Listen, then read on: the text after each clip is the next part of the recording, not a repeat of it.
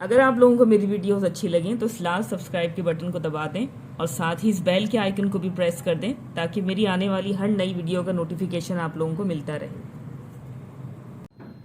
बिस्मिल्लाहिर्रहमानिर्रहीम, अस्सलाम वालेकुम। आज मैं आप लोगों के लिए एक्सरसाइज 9.1 का क्वेश्चन नंबर 15 सॉल्व करूंगी। तो चलिए वीडियो को स्टार्ट करते हैं। सवाल है आपके पास, find 3 numbers in continued proportion such that their sum is 13 and product is 27। ठीक है, यहाँ पर भी आपने जो है वो 3 नंबर्स फाइंड करने। ठीक है, वो तीनों नंबर्स आपके पास जो है वो कॉन्टिन्यूड प्रोपोर्शन में है, उनका सम आपके पास जो है वो 13 है और प्रोडक्ट आपके पास जो है वो 27 है। ठीक है, तो ये आपका क्वेश्चन था। सबसे पहले देखिए, यहाँ पर आपने उन नंबर्स को सपोज करना है कि वो नंबर्स क्या हैं। ठीक है, क्योंकि उनकी वैल्यू आपने यहाँ पे फाइंड करनी है। Suppose the 3 numbers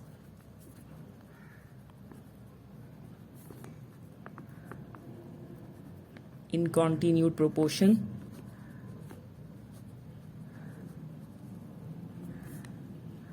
are A, B and C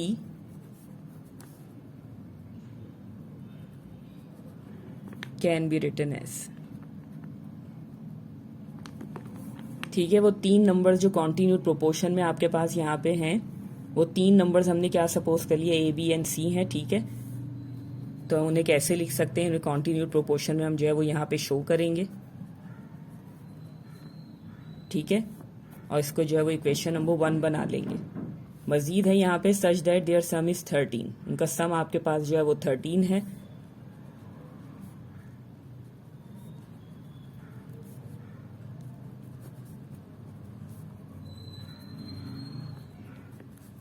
as the sum of the numbers is 13, therefore उन तीनों नंबर्स का सम आपके पास जो है वो 13 है। तो इस तरीके से हम जो है वो उसको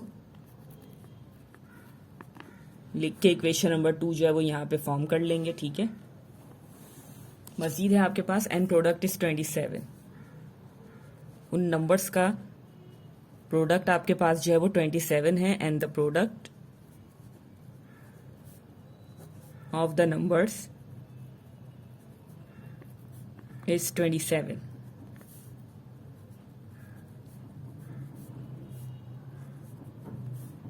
ठीक है, तो ये आपके पास हो जाएगी इक्वेशन नंबर 3।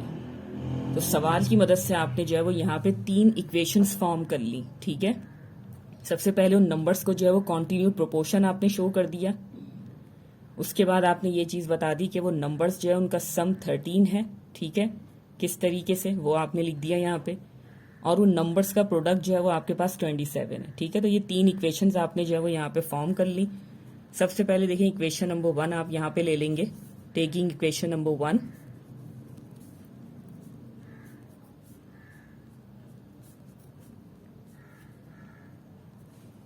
ठीक है, ये इक्वेशन नंबर 1 आपने ले ली।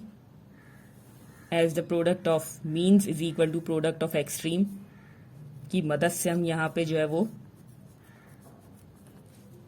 इसको इस तरीके से लिख देंगे, A multiply by C and B multiply by B।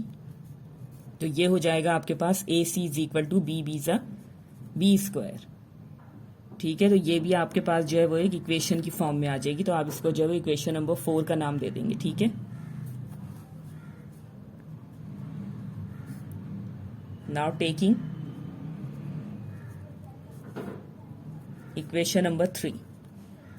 ठीक है, इक्वेशन नंबर 3 ले लेंगे हम यहाँ पे, जो कि है A multiply B multiply by C is equal to 27।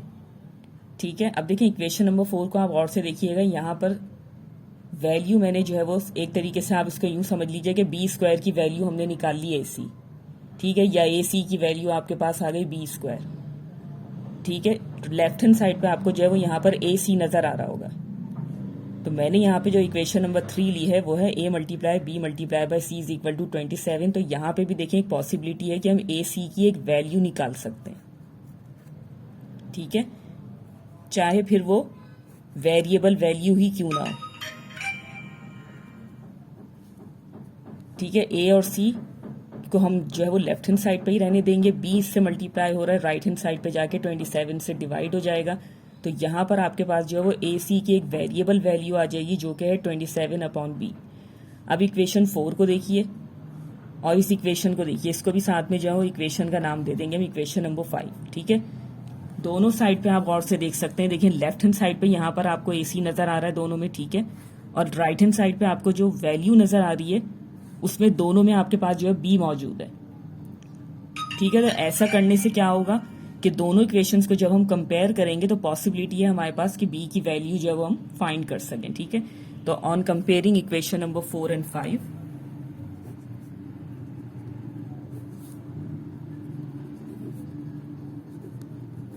We get, ठीक है, ऐसा करने से हमारे पास क्या हो जाएगा कि B की वैल्यू जो है वो हम यहां पर इजीली फाइंड कर लेंगे। ठीक है, जो कि सवाल की एक्चुअल रिक्वायरमेंट है A, B एंड C की वैल्यू।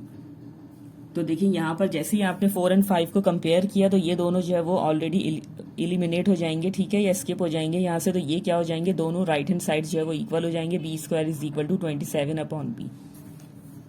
अब देखिए यहाँ पर आपके पास जो है वो B आपको डिवाइड होता हुआ नजर आ रहा होगा, लेफ्ट हैंड साइड पे जाके वहां पे B² से ये मल्टीप्लाई हो जाएगा। मजीद ये क्या हो जाएगा, B² बीजा हो जाएगा आपके पास B³ इज इक्वल टू 27। ठीक है, अब यहां पर आपको जो है वो B की वैल्यू चाहिए, आपने इसको फ्री ऑफ 3 बनाना है, तो क्या कर देंगे, taking cube root on both side.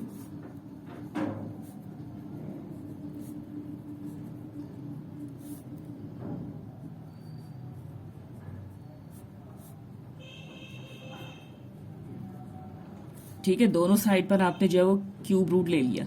अब क्यूब रूट आपने किस लिए लिया, क्योंकि देखिए B के ऊपर क्यूब मौजूद था। ठीक है, इसलिए आपने जो है वो क्यूब रूट लिया। अब देखिए ये क्यूब रूट यहाँ से रिमूव होगा तो ये 1/3 आ जाएगा। इसी तरीके से 27 पे से जो है वो रिमूव होगा, यहाँ पे भी 1/3 आ जाएगा। 27 के आप जो है वो फैक्टर्स बना लेंगे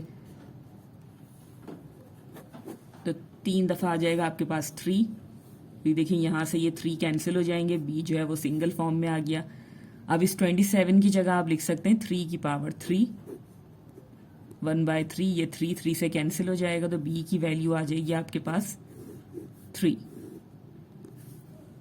ठीक है, तो देखिए यहां पर आपने जो है वो B की वैल्यू कैलकुलेट कर ली। अब इस B की वैल्यू को देखें इक्वेशन नंबर, ये देखिए B की वैल्यू जो है वो हम यहाँ पे इक्वेशन 4 भी है आपके पास जिसमें B मौजूद है, इक्वेशन 5 है जिसमें आपके पास B मौजूद है। ठीक है, यहाँ पर आप जो है वो इनमें से किसी भी इक्वेशन के अंदर जो है वो B की वैल्यू को पुट कर सकते हैं। मैं इक्वेशन नंबर 5 में जो है वो B की वैल्यू को पुट कर दूंगी।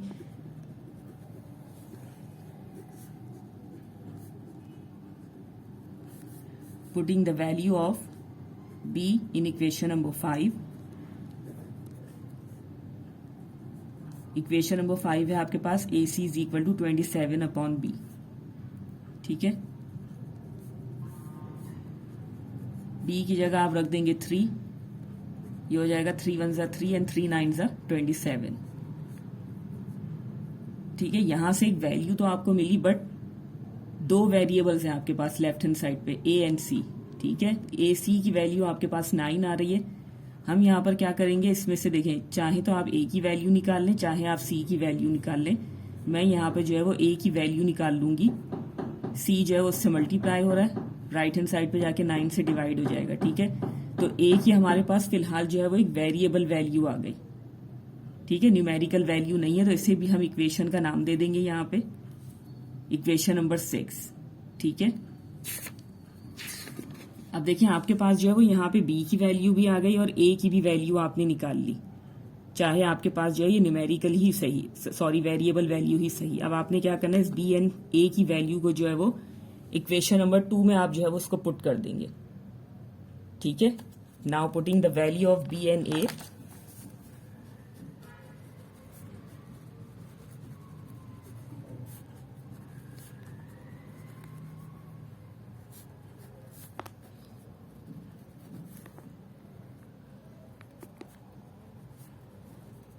ठीक है, इक्वेशन नंबर 2 आपके पास ही A plus B plus C is equal to 13। A की वैल्यू आपके पास आ रही है 9/C, B आपके पास 3 आ रहा है और यहाँ पे C जो है वो C ही लिखेंगे हम, और ये हो जाएगा इज इक्वल टू 13। अब देखिए यहाँ पर आपके पास C वाली 2 टर्म्स है, ये आपके पास कांस्टेंट नंबर है तो आप इसको राइट हैंड साइड पे भेज देंगे। तो वहां जाके ये माइनस का हो जाएगा और लेफ्ट हैंड साइड वाली दोनों टर्म्स जो है वो आप एज इट इज यहाँ पे लिख देंगे। तो ये हो जाएगा 13 माइनस 3 प्लस माइनस माइनस 13 में से आप 3 माइनस करेंगे तो राइट हैंड साइड पे हो जाएगा आपके पास 10। अब देखिए यहाँ पर जो है वो आपके पास एलसीएम की सिचुएशन है, तो आप यहाँ पर एलसीएम ले लेंगे। ठीक है, जब भी फ्रैक्शंस में वैल्यूज होती हैं आप एलसीएम लेते हैं। तो यहाँ पर आपके पास सी है और यहाँ पे डिनोमिनेटर में कुछ नहीं है, तो सपोज कर लेंगे आप 1 है, सी और 1 का आप एलसीएम लेंगे तो आपके पास एलसीएम आ जाएगा सी। अब देखिए यहाँ पर आप वैल्यूज किस तरीके से रखेंगे। ये फर्स्ट फ्रैक्शन आप ले लेंगे जो कि है 9/c, इसको एलसीएम से मल्टीप्लाई कर देंगे तो आपके पास आ जाएगा 9 1 जा 9, वो आप यहाँ पे रख देंगे। बीच में आ जाएगा आपके पास प्लस का साइन। उसके बाद आप सेकंड फ्रैक्शन ले लेंगे c/1, उसको भी आप एलसीएम से मल्टीप्लाई करेंगे तो ये हो जाएगा आपके पास c जा c²। ठीक है, तो वो आप यहाँ रख देंगे।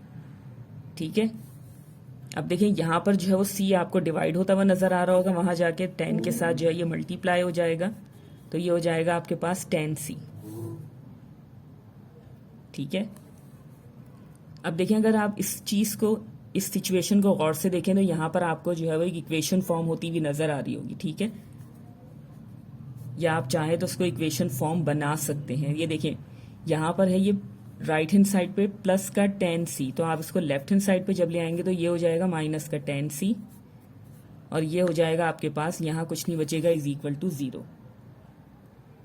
ठीक है, c जब राइट हैंड साइड पर आपने भेज दिया तो वहां जाके आपको जो है वो ऐसी पॉसिबिलिटी इस चीज को देखते हुए समझ में आ रही है कि यहाँ हम इसको जो है वो एक इक्वेशन फॉर्म कर सकते हैं। ठीक है, तो 10c को आपने लेफ्ट हैंड साइड पे भेज दिया, वहां जाके ये माइनस का हो गया। अब थोड़ा सा हम इसको अरेंज करके लिख देंगे। स्क्वायर वाली टर्म पहले आ जाएगी। ठीक है, उसके बाद ये सिंगल पावर वाली टर्म आप लिखेंगे, उसके बाद ये कांस्टेंट नंबर। ठीक है, यहां तक करने के बाद अब देखें मैं इसको जो है वो इस इक्वेशन को जो है वो फैक्टराइज कर दूंगी। फैक्टराइजेशन से जो है वो हमारे पास c की वैल्यू हमें मिल जाएगी।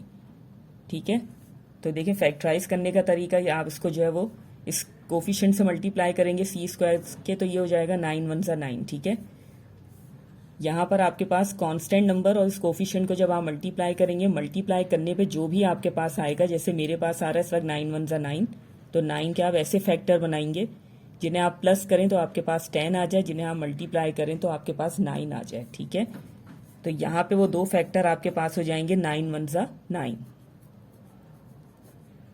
ठीक है, क्योंकि 9 में आप 1 को प्लस करेंगे तो आपके पास 10 आ जाएगा, 9 को आप 1 से मल्टीप्लाई करेंगे तो आपके पास अगेन नंबर आ जाएगा। ठीक है, जो आया था 9 1 जा 9।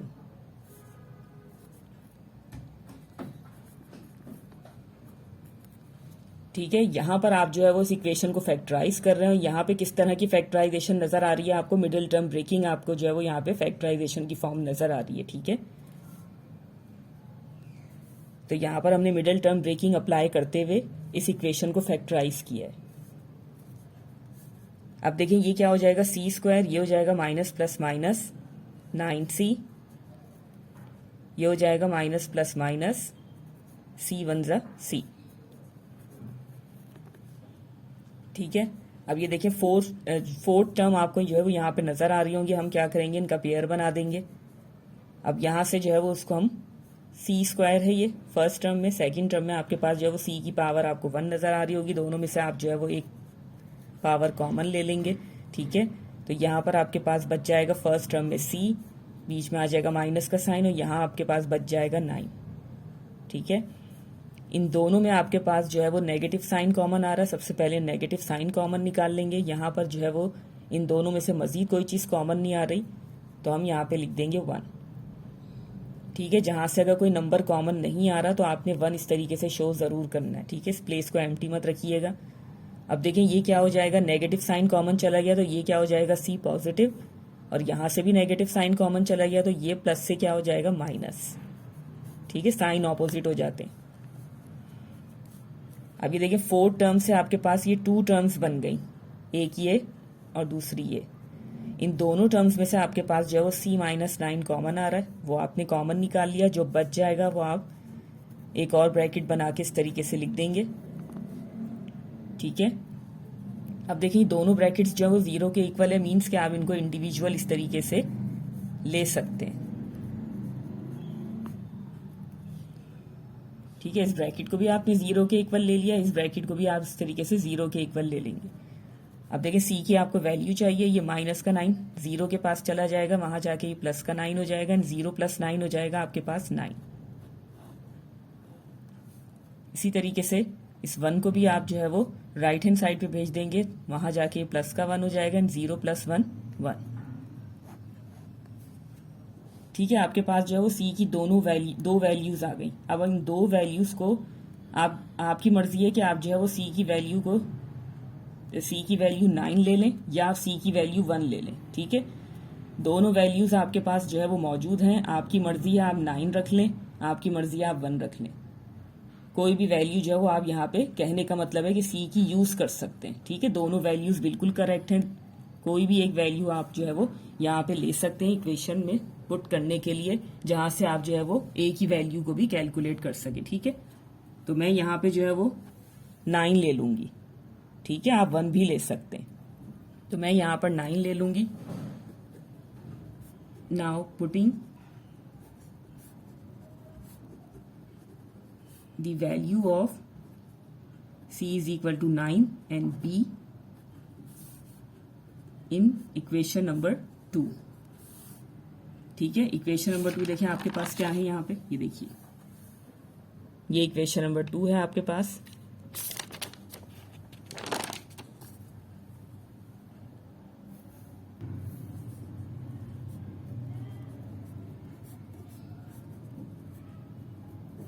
ठीक है, ये इक्वेशन 2 जो है वो आपके पास आ गया, a + b + c is equal to 13। b आपके पास जो है वो 3 आ रहा था, c आपके पास जो है वो यहाँ पे 9 है, तो ये हो जाएगा 3 + 9 12। एंड देखिए a की आपको वैल्यू चाहिए, ये प्लस का 12 है, राइट हैंड साइड पे जाके क्या हो जाएगा माइनस का 12, एंड 13 - 12 हो जाएगा आपके पास 1। ठीक है, तो a की वैल्यू आ गई आपके पास 1। ठीक है, अब आप जो है वो तीनों जो है वो नंबर्स आपके पास आ गए। So the required